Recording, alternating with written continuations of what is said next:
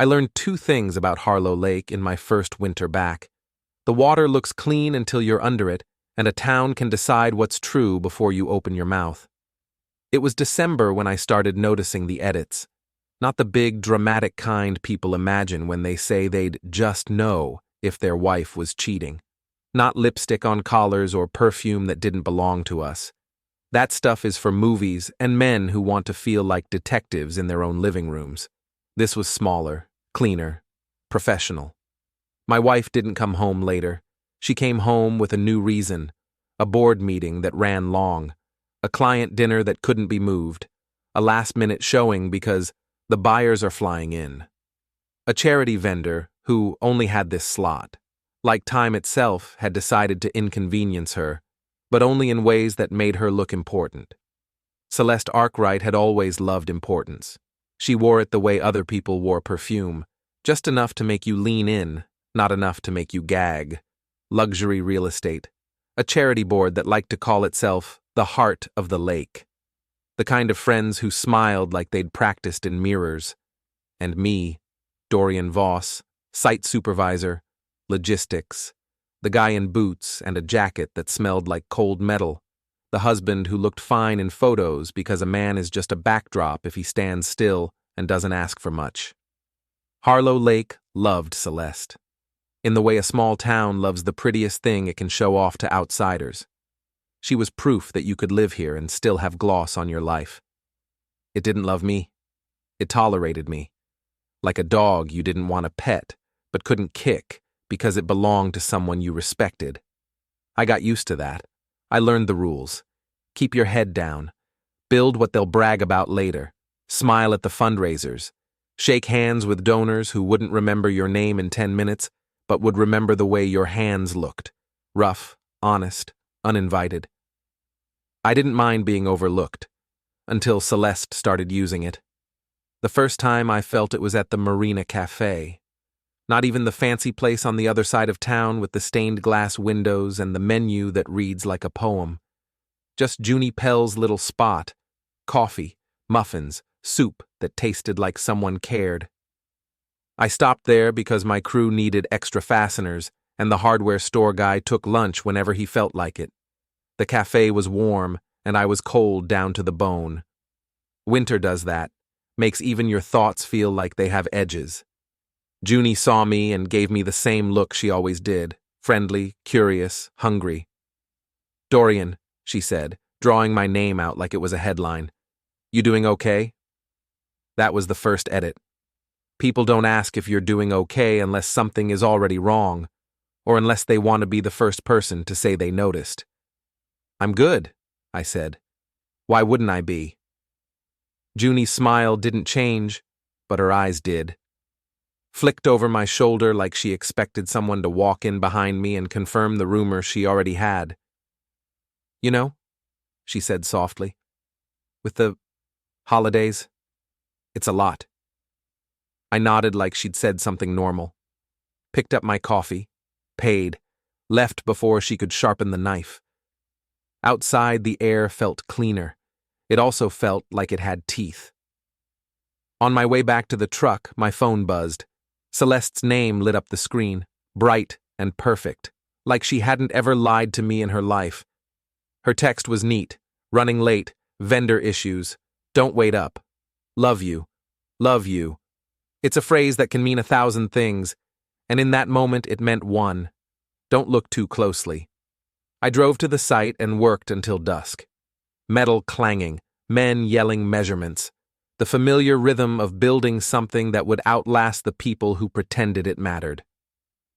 My crew liked me. Not because I was some great leader. Because I didn't act like I was better than them. Because I took the blame when something went sideways and gave the credit when it didn't. Because I didn't gossip. That last part matters in a place like Harlow Lake. Gossip is currency. If you refuse to spend it, you become poor in a way people notice. By the time I got home, the lake house was quiet. The kind of quiet that makes you hear your own breathing and wonder if you always sounded that tired. The porch light was on. Celeste's car wasn't there. I ate standing up. something reheated that tasted like salt and defeat. Then I cleaned the kitchen even though it wasn't dirty, wiped counters that didn't need wiping, stacked plates that were already stacked. Physical work is honest. Your hands do what you tell them. Your mind doesn't always behave that way. Celeste came in after 10, perfume intact, hair still perfect, not disheveled from stress, not flushed from rushing. She looked like she'd stepped out of a brochure about successful women balancing it all. "Hey," she said, voice light. "Sorry, it was insane." Her eyes checked me the way you check a room when you enter, quick inventory, mood, threat level, whether I'd been waiting in the dark like some pathetic husband in a melodrama. I gave her nothing. "Okay," I said. A pause, just long enough for disappointment to flicker in her face. She wanted a reaction, any reaction. Anger she could label, sadness she could dismiss, jealousy she could mock with her friends later. Instead, I walked past her to rinse my mug like the timing of her arrival didn't matter. That's when she reached for my arm, not hard, just enough contact to make it seem intimate. "I missed you," she said.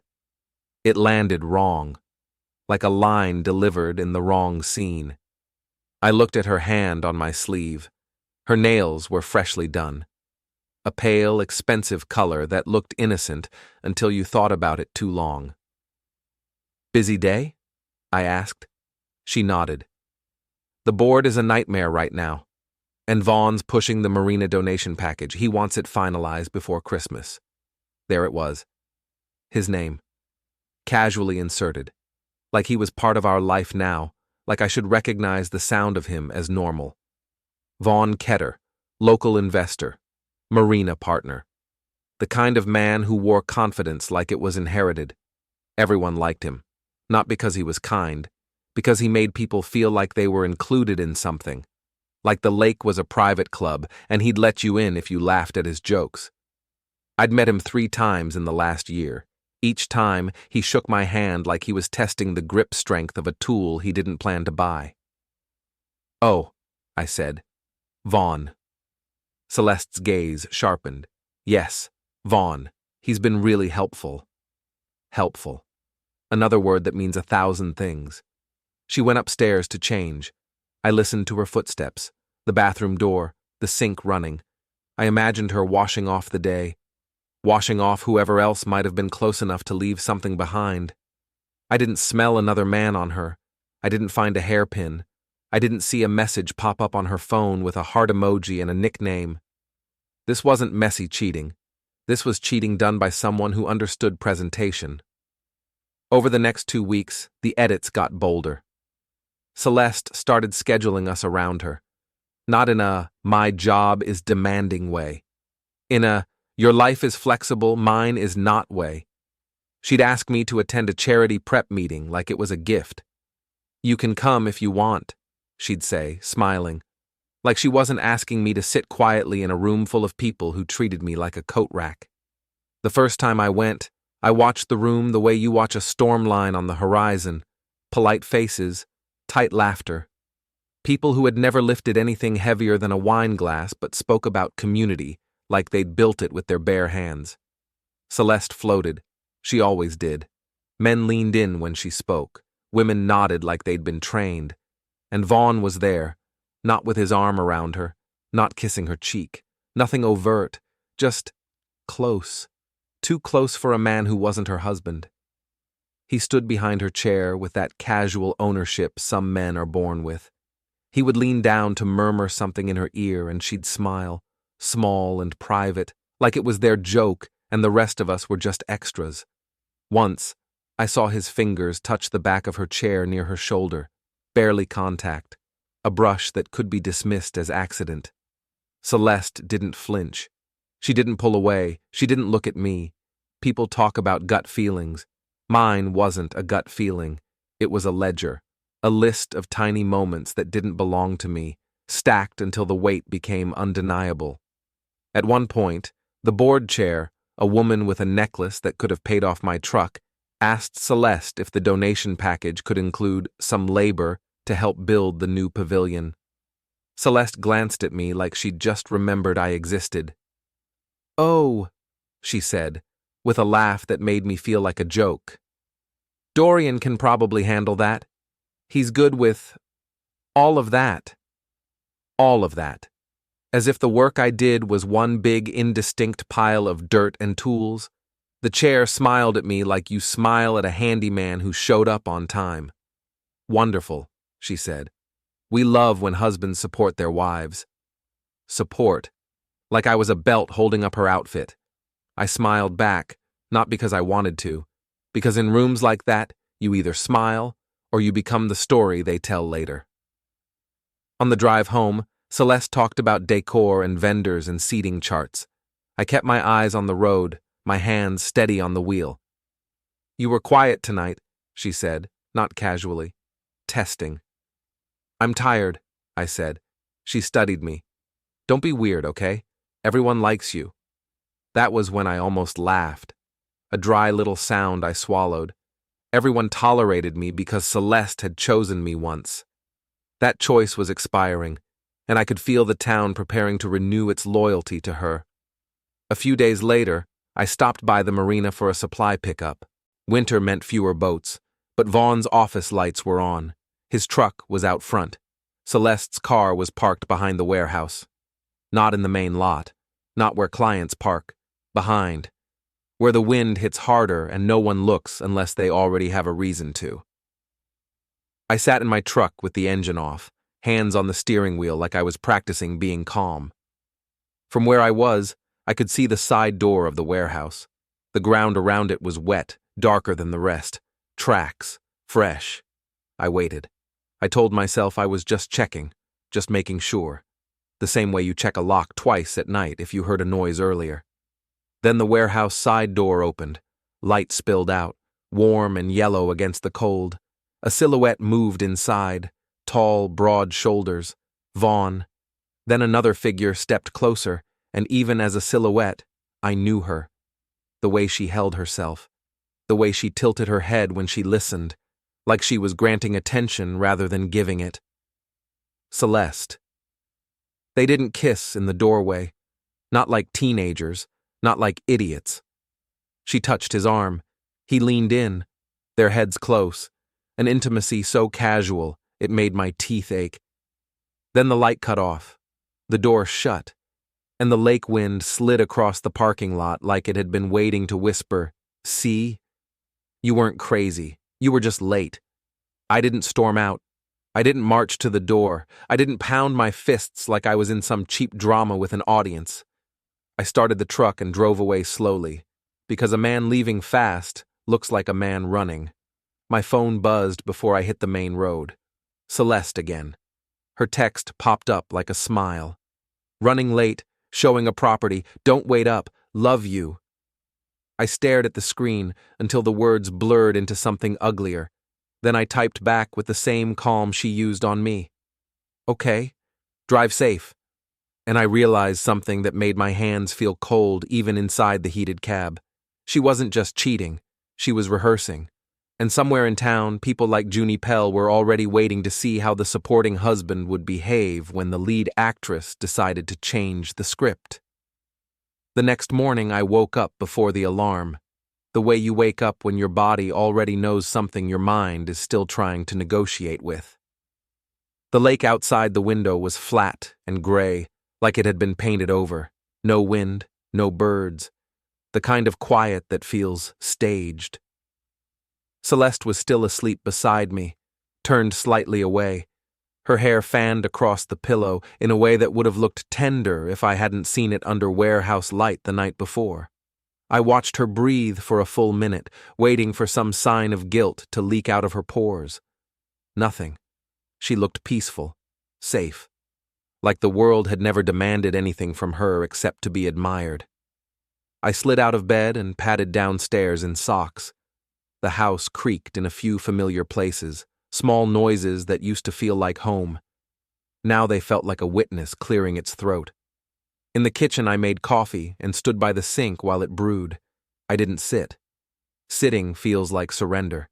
Standing feels like you're ready for whatever comes through the door. My phone sat on the counter, face up. I didn't open Celeste's messages again.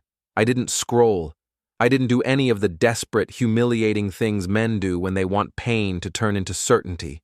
Because I already had certainty. What I needed now was something else. I needed a plan that didn't make me look like the angry husband in a town full of people who'd been waiting to call me that. Upstairs, the shower started, water running, the routine continuing like a train that doesn't care who got tied to the tracks. That's when I remembered Junie's question. You doing okay? People didn't ask that out of kindness. They asked because they were collecting the first quote for the story they were going to tell. If I confronted Celeste without preparation, she would cry on cue, call me paranoid, tell her friends I was scary, and suddenly I'd be the man everyone needed her to escape from. I knew the shape of that script. I'd watched it play out in other couples like it was community theater. So I didn't yell. I didn't ask her anything. I went to work. On the site, my crew was pouring footings in cold weather, moving like a practiced machine. I threw myself into the physicality of it because my mind needed somewhere to put its teeth. Around noon, Kyle, one of my foremen, handed me a clipboard and squinted at my face. You look like you slept in a toolbox, he said. Toolbox sleeps better than my bed, I replied. He chuckled, then frowned like he didn't know if it was a joke. Kyle wasn't a gossip. He was the kind of guy who only spoke when the words mattered. That made him dangerous in the best way. You want me to take the afternoon run? He asked, nodding toward the truck. Why? He shrugged. Because you're not here, man. Your eyes are here. You aren't. I stared at him for a second. The temptation rose up. Tell him everything. Let it spill. Let someone else carry the weight for a minute. But men like me don't get sympathy in Harlow Lake. We get labeled. I'm fine, I said. Kyle didn't argue. He just took the clipboard from my hand, like he was quietly removing a knife from a man's reach. Okay, he said. But if you're not, you don't have to bleed out alone. I nodded once, because anything more would have cracked something I wasn't ready to break. That evening, I drove into town and parked in front of an office building I'd passed 100 times without ever noticing. Brick facade, clean windows, modest sign, Quell family law. I sat in the truck for a moment with my hands on the wheel. My pulse wasn't racing. It was steady. That scared me more than panic would have. Steady means you've already decided. Inside, the lobby smelled like paper and lemon cleaner. A receptionist looked up, polite smile already loaded. Can I help you? I'm here to see Mara Quell, I said. She blinked. Do you have an appointment? No. The smile tightened. Mara's schedule is... I'll wait, I said, and took a seat before she could redirect me to next Thursday at 3:40 like a dentist. 5 minutes passed. 10. I watched people come and go. A woman with red eyes. A man with a jaw that looked like stone. A young couple sitting too far apart. Divorce has a look, not just sadness. It's the look of someone realizing the person they trusted was keeping a second life in their pocket. After 15 minutes, a door opened and a woman stepped into the lobby. Mara Quell didn't look like the dramatic attorneys on TV. No sharp heels clicking like gunshots. No theatrical folder slamming. She wore a simple dark blazer and had hair pulled back like she didn't waste time arguing with it. Her eyes found me immediately. Not curious, not friendly, assessing. You're Dorian Voss, she said. I stood slowly. Yes. I have 10 minutes, she said. Come in. Her office was clean in a way that felt intentional. No clutter, no family photos, a few framed certificates. A bookshelf with law texts that looked used, not decorative. I sat where she indicated. She didn't offer coffee. I respected her for it. Tell me what's happening, she said. I could have launched into emotion, betrayal, humiliation, all the words people expect. Instead, I gave her facts. My wife is cheating, I said. With Vaughn Ketter. She's on the charity board. He's pushing a donation package. I saw them together last night behind the Marina warehouse. Mara's expression didn't change, but something in her eyes sharpened, like a camera finding focus. Do you have pictures? She asked. No. Do you have texts? Emails? Anything written? No. Do you have a history of yelling, threatening, breaking things, drinking too much? No. That one landed like a warning. I don't, I said carefully. Good, she said, because the first thing people do when they cheat is prepare a story where you're the reason. My stomach tightened. It wasn't fear. It was recognition. Yeah, I said. That's what I'm worried about. Mara nodded once, like we'd just agreed on the weather. Here are the rules, she said. You don't confront her. You don't touch her phone. You don't follow her into private spaces. You don't do anything that could be framed as stalking or intimidation. If she tries to bait you, you stay calm. If you want revenge, you earn it with patience. Revenge. She said it without judgment, like it was a tool, like a hammer, useful if you knew where to swing it. What can you do with nothing? I asked. Mara leaned back slightly. It's not nothing. You have a timeline and a name. That's a start. We build from there. Build what? A lawful exit, she said. And if she's playing games, we make sure she loses the ability to lie convincingly. She slid a notepad toward herself and began writing in neat, controlled strokes.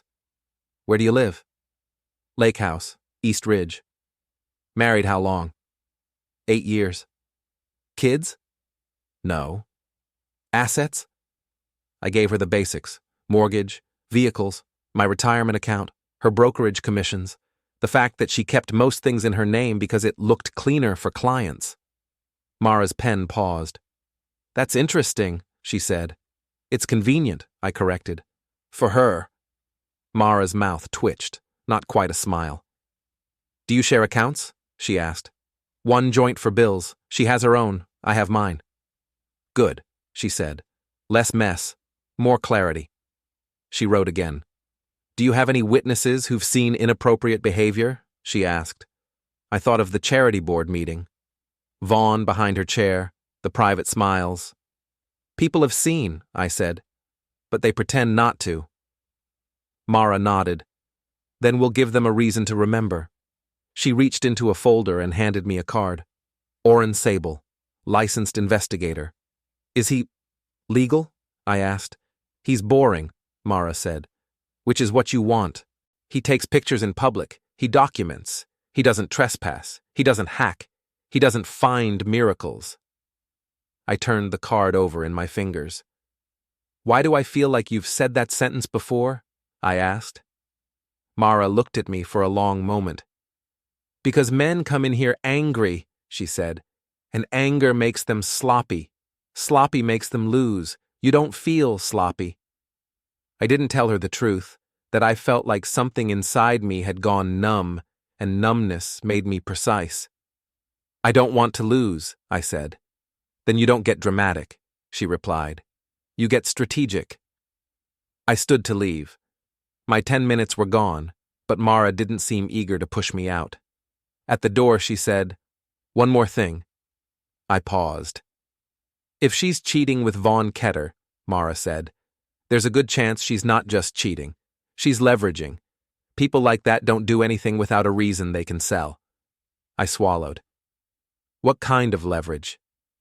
Mara's eyes didn't soften. They didn't need to. Reputation, she said. Money, control, and in a town like this, social execution. I walked out of her office and into the cold with my collar up, like that could protect my neck from what was coming. In the truck, I sat for a moment, looking at the lake through the bare trees. It was darkening already, the sky bruising purple at the edges. My phone buzzed. Celeste again. Dinner at the pavilion planning meeting ran long. Vaughn's being difficult. Don't wait up. Love you. This time I didn't reply right away. I looked at the card in my hand. Oren Sable, I looked at the office building behind me. Quell family law. Then I typed back slowly, letting the words look soft. Okay, I'll keep the lights on. And for the first time in weeks, I felt something that almost resembled relief. Because now, I wasn't just watching edits. I was starting to write my own version of the story. And somewhere behind the marina warehouse, the light was going to click off again soon. Only next time, it wouldn't be because they were hiding. It would be because they were being seen. The first picture Oren sent me was boring. That's how I knew it was real. No dramatic angles, no grainy zoom like a UFO sighting. Just a clean shot taken from across a public parking lot, timestamp burned into the corner like a quiet accusation. Celeste's car, Vaughn's truck, both parked in places that said routine, not accident. Routine is what erodes marriages, not passion, not anger. Routine means you've done it enough times to stop being careful. Oren followed that with 3 more over the next week. Different days, different times, same pattern. They never kissed in public, never touched in ways that could be pointed at and labeled. They walked close, too close. The kind of closeness that assumes ownership, that assumes nobody will challenge it. Oren didn't editorialize. He didn't call me to whisper sympathy or promise fireworks. He sent files with short captions. Entered rental cottage, 7:42 p.m. Exited together, 11:06 p.m. Witness, Marina Cafe staff observed repeated meetings. That was it. Evidence that didn't scream. Evidence that stacked. I didn't confront Celeste. I didn't change my routine. I didn't even sleep on the couch, which felt like a personal victory every night. Instead, I became careful. Careful about tone. Careful about timing. Careful about not giving her anything she could later describe as concerning. If she was late, I said okay. If she canceled plans, I shrugged. If she picked a fight about nothing, my jacket on the chair, the way I loaded the dishwasher, I let her win. That part surprised her. She wanted resistance. Resistance makes a story easier. It gives shape to blame. So she escalated. It started with questions that weren't really questions. Are you happy, Dorian? That one came out of nowhere. Over dinner, she barely touched. I'm fine, I said. She frowned. You don't talk anymore. I talk when there's something to say. She watched me like she was testing glass for cracks. You know, she said carefully, sometimes people grow apart. I nodded. Sometimes. Her eyes sharpened. Is there someone else? There it was, the bait. I looked at her long enough to make the silence uncomfortable, but not long enough to seem threatening. No, I said. Is there someone else for you? She laughed too quickly. Of course not. That's ridiculous. Then she reached across the table and took my hand, squeezing just a little too tight. I just worry about you, she said. You've been so distant. Concern. That was the word she liked. Concern sounds kind. Concern sounds justified. Concern lets you tell your friends you tried. I've been busy, I said. She smiled, but it didn't reach her eyes. 2 days later, the test arrived. It happened on a Tuesday afternoon at the Marina Cafe, the same place where Junie liked to collect stories like seashells. I was there for coffee again, mostly because it was public and predictable and exactly where Celeste would expect me to be. That's when she walked in. Late 20s. Confident posture. Hair just messy enough to look intentional. She wore boots that had never seen mud and a jacket that cost more than my monthly grocery bill. She looked around like she was deciding where to sit, then caught my eye and smiled. Not shy, not aggressive, curated. She ordered coffee, then turned and accidentally bumped into my table. Oh, sorry, she said, laughing lightly. Didn't see you there. No problem, I said, moving my chair a fraction. She hesitated like she was debating something. Do you mind if I sit? She asked. It's packed today. It wasn't. But I nodded. She introduced herself as Lark. Just Lark. No last name. That alone was a tell. We talked. Or rather, she guided the conversation, asked questions that felt casual but landed too cleanly. How long had I lived here? Was I married? Did I like it? Small town life? She laughed at the right moments, touched her cup when she listened, leaned in just enough to be noticed. Anyone watching would have seen a bored, married man getting attention and not stopping it. What I saw was something else. Her questions followed a pattern, not curiosity, intake. She avoided specifics about herself, redirected smoothly when I asked. And when she mentioned work, she said something interesting. I help out at a law office, she said lightly. Mostly paperwork. I almost smiled. Paperwork. I glanced at her bag when she reached inside for her phone. Leather, structured, professional. The kind of bag assistants carry when they want to be taken seriously but can't afford to be flashy yet. And when she shifted in her seat, I saw it. The faint outline of a courthouse ID lanyard imprint against the fabric. The kind you only get when you wear it every day and forget to take it off sometimes. My stomach didn't drop. It clicked. Mara's assistant. The realization was so clean it was almost funny. Celeste hadn't hired a random actress. She'd hired through a third party, someone safe, someone she thought was anonymous. And in doing so, she'd pulled from the same shallow pool of professionals that fed the courthouse. In a town like Harlow Lake, circles don't just overlap, they choke. Lark smiled at me, eyes bright. So, she said, tilting her head, what does a guy like you do when he's not working?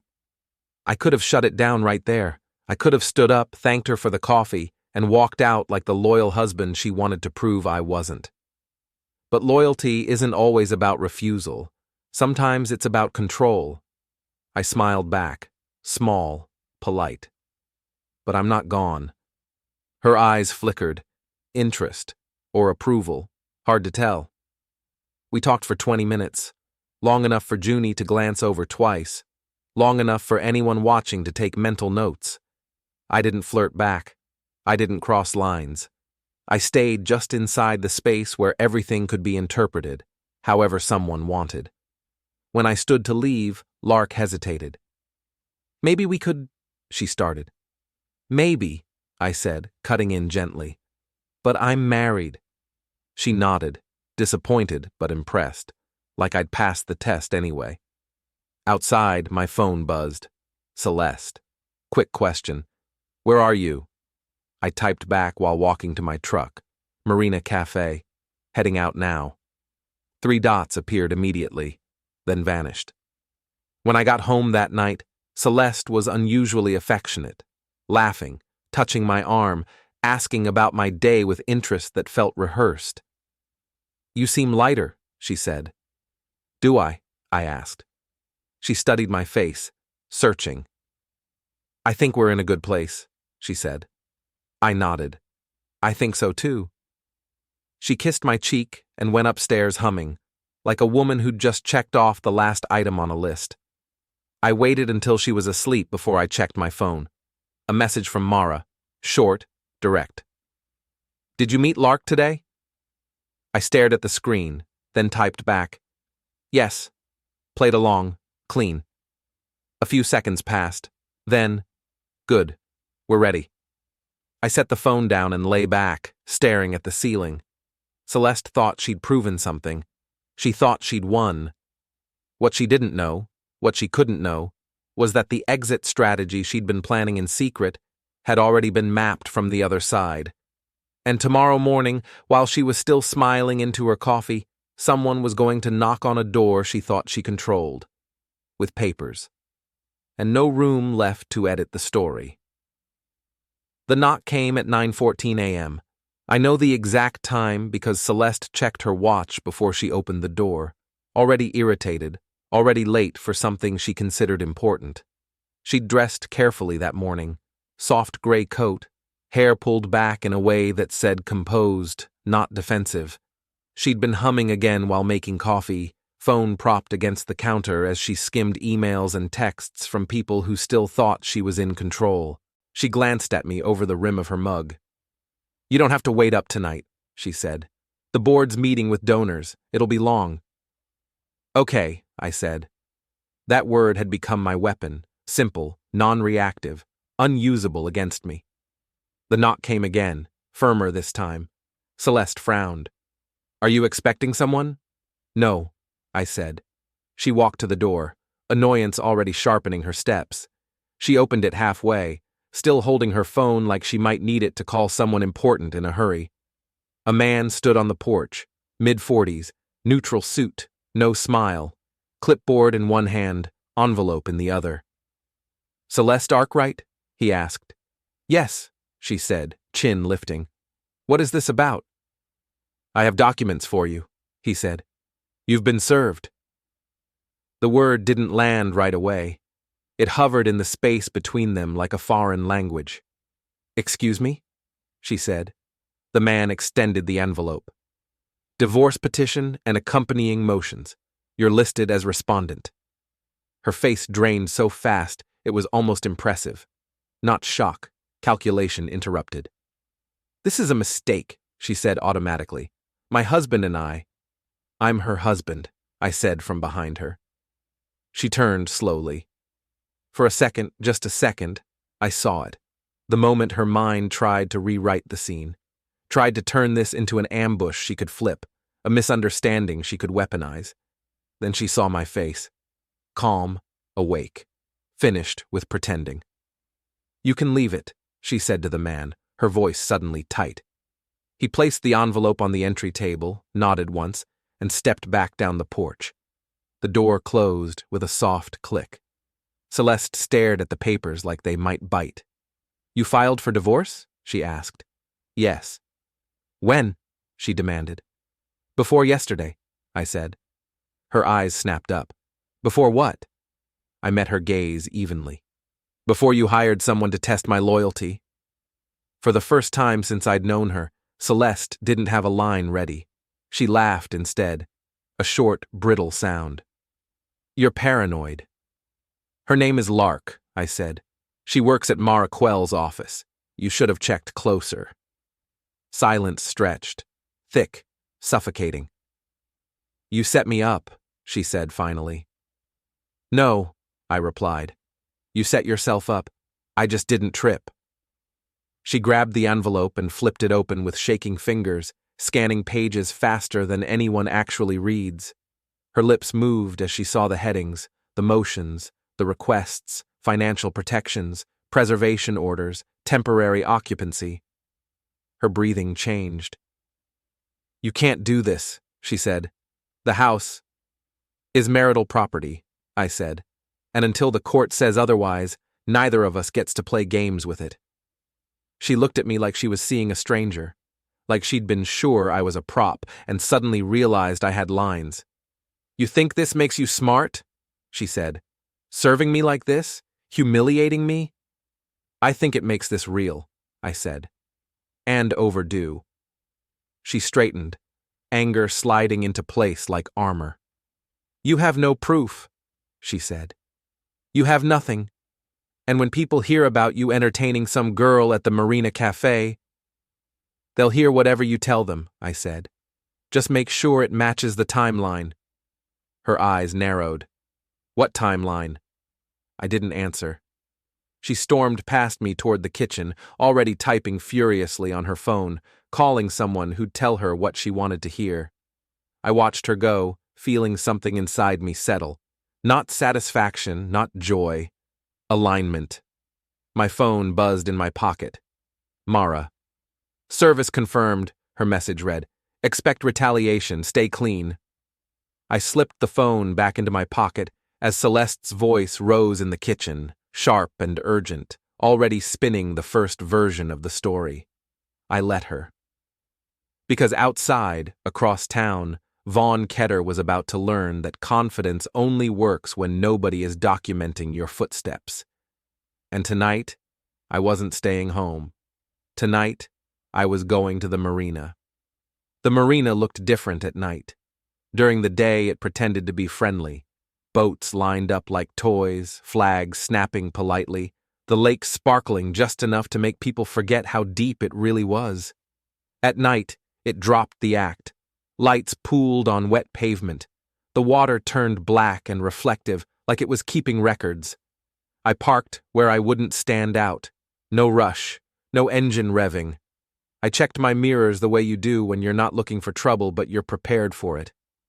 Vaughn's truck was easy to spot, big, new, parked crooked across two spaces like rules were suggestions. He always parked like that. Small tells matter. They tell you how a man thinks the world works. I didn't go straight to him. I walked the dock first. Let my boots echo. Let anyone watching register my presence before I ever spoke to him. Fear works better when it's slow. He came out of the marina office just as I reached the end of the pier, phone pressed to his ear, laughing. That laugh, easy, careless, was the sound of a man who believed he'd already won. He saw me and froze. Not fear, recognition. He said something into the phone and ended the call without saying goodbye. Another tell. "Dorian," he said, forcing a grin. "Didn't expect to see you here." "I didn't expect to see your truck blocking a fire lane," I said mildly. "But here we are." His eyes flicked behind me, checking distance, witnesses, exits. The lot wasn't empty. A couple loading gear. Lights on in the cafe. Security cameras mounted high and obvious. Good. "Look," he said, tone shifting into something almost friendly. "I think this is a misunderstanding." I smiled a little. Not friendly, not hostile, controlled. "I don't," I said. "I think you've been very clear." He scoffed. "About what?" "About thinking you're untouchable." That got him. His jaw tightened. "You should be careful how you talk to me." I stepped closer. Not into his space, close enough that he had to acknowledge me, far enough that nobody could call it a threat. "You've been sleeping with my wife," I said quietly. "You've been doing it behind a warehouse like you're still 19. And you've been dumb enough to do it on a schedule." His grin came back, thin and sharp. "You don't have proof." "No," I said. "I have patterns." I gestured casually toward the office windows. "And so does everyone else. You think Junie hasn't noticed? You think donors don't talk? You think the board won't connect dots once they're invited to?" His confidence wavered, just a hairline fracture. "You're bluffing," he said. "I don't bluff," I replied. "I document." He took a step back without realizing it. His heel caught on the edge of the curb and he swore under his breath. That's when he tried to pivot. "This doesn't have to get ugly," he said. "Celeste and I, we're adults. Sometimes marriages fail." I nodded. "Sometimes men confuse access with entitlement." His eyes hardened. "You want to fight?" "No," I said. "I want you nervous." I pulled out my phone, not to record him, not to wave it like a weapon, just enough for him to see the screen light up with a name. Oren Sable. I didn't say anything. I didn't have to. Vaughn's mouth opened, then closed. "You think following me is going to scare me?" he said, but his voice had lost its rhythm. "I think realizing how many people have already noticed will," I said, "and how many more are about to." He glanced at his truck, then back at me. "You touch my property." "I won't," I said. "But you did." He frowned. "What are you talking about?" I tilted my head toward the posted sign behind him. Red letters, clear rules, no parking, fire access, Tau enforced. "Private marina lot," I said. "Strict during winter, liability issues." Realization hit him at the exact moment headlights swept across the lot. A tow truck rolled in, slow and deliberate, amber lights blinking like a countdown. Vaughn turned. "Hey, wait!" The driver stepped out, clipboard in hand. Calm, professional, uninterested in drama. "Sir," the driver said, "you're blocking a marked access lane. I've got authorization." Vaughn looked at me like I'd just punched him. "You did this," he hissed. "I didn't," I said. "You did. You just didn't think consequences worked after dark." The driver started the hookup. Metal clanked, chains tightened. Vaughn's face flushed red, then pale. "This is harassment," Vaughn snapped. "You're harassing me." I leaned in slightly, just enough for him to hear me over the engine. "No," I said. "This is the first time tonight you're not in control." His truck lifted, tires dangling. A few people stopped to watch. Phones came out, not to record me, but the spectacle. Humiliation travels faster than truth. As the truck rolled away, Vaughn stood there with his hands clenched, breathing hard, stripped of the symbol he used to feel big. "This isn't over," he said. I met his eyes. "For you, it is." I turned and walked back to my own truck without looking over my shoulder. Let him stand there. Let the lake reflect him back to himself. My phone buzzed as I reached the driver's door. A message from Mara. "Board chair called, things are moving." I sat behind the wheel and exhaled slowly. Celeste thought today was about papers. Vaughn thought tonight was about pride. They were both wrong.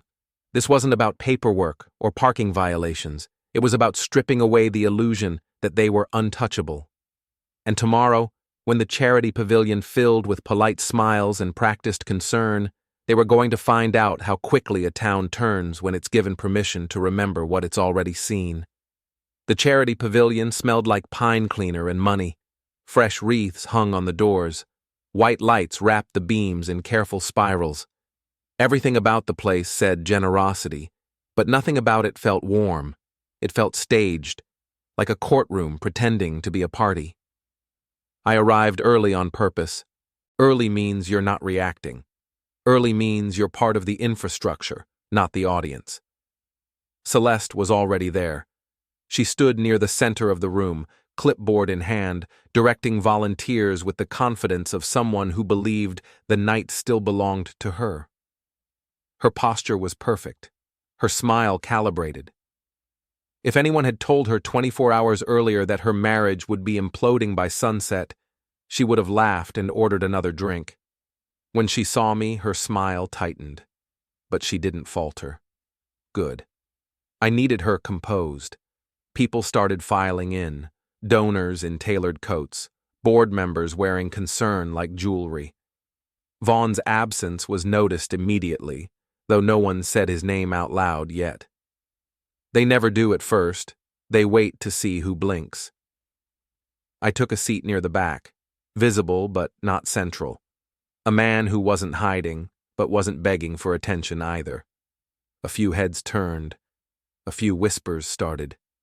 Junie Pell spotted me and froze mid-step. Her eyes lit up the way they do when someone realizes the evening just got interesting. Celeste moved toward the board chair, a woman named Harriet Bloom. Gray hair, sharp eyes, reputation for civility that ended careers quietly. I saw the moment Harriet handed Celeste a thin folder. I also saw the way Celeste's fingers tightened around it. She flipped it open, scanned the first page. Her face didn't collapse. It rearranged. That's the difference between shock and understanding. Shock is loud. Understanding is silent and final. She looked up, searching the room, and our eyes met. For a heartbeat, she thought I was bluffing. Then she saw Mara Quell standing near the entrance, speaking softly to one of the donors. Calm, unhurried, exactly where she needed to be. Celeste's breath hitched. The event began anyway. Because once something like this starts, the machine keeps moving even if a gear breaks. Harriet took the microphone, thanked everyone, spoke about community, about integrity, about standards we hold ourselves to. I watched Celeste from across the room as each word landed heavier than the last. Integrity, standards. She swallowed, shifted her weight, adjusted her grip on the clipboard like it could anchor her. Then Harriet said it. "Before we continue," she announced, voice steady, "there are internal matters the board needs to address." A murmur rippled through the room. Not panic, anticipation. Harriet gestured for Celeste to join her. Celeste walked forward like she was stepping onto ice she hadn't checked first. I stood, not dramatically, not with purpose announced, just up, like a man stretching his legs. People noticed that too. Harriet spoke quietly, but microphones don't care about discretion when a room goes silent. "Effective immediately," Harriet said. "We are suspending your role pending review." Celeste stared at her. "You can't." "We can," Harriet replied. "And we are." That was when Celeste's composure finally cracked. She turned toward the crowd, toward me, toward anyone who could rescue her from the narrative slipping through her fingers. "This is highly inappropriate," she said, voice sharp. "There are accusations being made." "Documented concerns," Harriet corrected. "Not accusations." Celeste's eyes snapped back to me. This time, there was no mistaking it. Fear. Phones came out. Not openly, not yet. But hands shifted. Screens woke up. Messages were being typed faster than explanations could keep up. And then the back doors opened. Vaughn came in late. No truck, no swagger. Coat half-buttoned, breath uneven, eyes darting like a man who'd run straight into the wrong room. The silence that followed his entrance was almost respectful. Everyone turned. Vaughn saw Celeste at the front of the room, pale and rigid. He saw Harriet. He saw Mara. Then he saw me. His mouth opened, closed. Harriet didn't raise her voice. "Mr. Ketter," she said, "we were hoping you'd join us." He took a step back instead. Security moved, not aggressively, just enough to remind him this wasn't his marina anymore. "This is insane," Vaughn said. "This is a personal matter." "It became professional the moment you involved board business," Harriet replied. Celeste turned on him then. "You said you handled it," she hissed, forgetting the room. Vaughn looked at her like she'd pushed him off a ledge. "I didn't think he'd—" He stopped himself. Too late. The implication landed harder than a confession. I didn't say a word. I didn't need to. Because this was the moment. The one people remember later when they say, "That's when everything changed." Harriet cleared her throat. "This meeting is adjourned," she said. "We'll be in touch with individuals as necessary." Necessary. Security guided Vaughn toward the side exit. He resisted just long enough to look weak. Celeste stood frozen at the front of the room, clipboard dangling from her fingers like it had forgotten what it was for. As people filed out, they didn't look at her the way they used to. They didn't look away either. They looked like witnesses. She found me near the door, blocking my path with a smile that was too late to work. "You think you won?" she said quietly. "But you've made a powerful enemy." I leaned in just enough for her to hear me over the hum of departing guests. "No," I said. "I ended a partnership." Her hand trembled. "You ruined me," she whispered. I shook my head once. "You rehearsed this. I just didn't forget my lines." Outside, the night air hit hard and clean. Behind me, the pavilion doors closed. Ahead of me, the lake reflected the lights, like nothing had happened. My phone buzzed in my pocket. A single message from Mara. "Locks are changing. Orders enforced." I didn't reply. I walked to my truck, started the engine, and pulled away without looking back. Because the story was over. And I wasn't staying for applause. The road to the lake house runs narrow after dark. No streetlights, just tree shadows sliding across the hood and the occasional reflection of water between the trunks. I'd driven it 1,000 times without thinking. That night, every turn felt deliberate, like the road was making sure I meant it. Celeste didn't come home. That told me more than any message could. I parked in the gravel turnout near the dock instead of the driveway, old habit from when deliveries came late. I shut the engine off and sat there, listening. Wind in the reeds, water lapping against wood. Somewhere far off, a door slammed. Then footsteps, fast, uneven. Vaughn came out of the trees near the service path, coat half open, breath fogging hard in the cold. He stopped short when he saw my truck, like an animal catching a scent it didn't expect. He looked smaller without the marina lights, without his truck, without an audience that wanted to believe in him. "You followed me," he said. No, I replied, stepping out slowly. You came somewhere you don't belong. His eyes flicked toward the house. She's not here. I know, I said. That landed. You think you're clever, Vaughn snapped, pulling strings, embarrassing people, but you don't understand how this works. I closed the distance enough that he had to tilt his head up to look at me. Then explain it, I said. He laughed, sharp and brittle. You're done here. Celeste is already talking to people. You think tonight was bad? Wait until they hear her side. I nodded.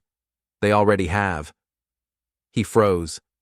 See, that's the thing about stories, I continued calmly. Once there's documentation, the second version always sounds like damage control. His jaw worked. You're threatening me. I shook my head. I'm warning you. He stepped back, heel slipping on damp gravel. Panic flared in his eyes now, naked and unflattering. You can't scare me, he said too quickly. I reached into my jacket and pulled out my phone, not to show him anything, not to wave it around. I just let it sit in my hand, screen dark. Every place you've been with her, I said quietly. Every person who saw you, every donor you flirted with, every favor you leaned on, it's all very visible now. He swallowed. You touch me, he said. I call the police. I won't, I said. I don't need to. I stepped aside and gestured toward the dock. You're standing on private property, I added. Posted, recorded, and you came here angry. He looked around like the trees might contradict me. This isn't over, he said again, but the words sounded rehearsed, empty. For you, I said. It is. He backed away, eyes never leaving mine, then turned and half ran down the path toward the road, boots slipping, pride shedding with every step. I watched until the darkness swallowed him. Then I went inside. The house felt different without her. Quieter. Honest. The locks were already changed.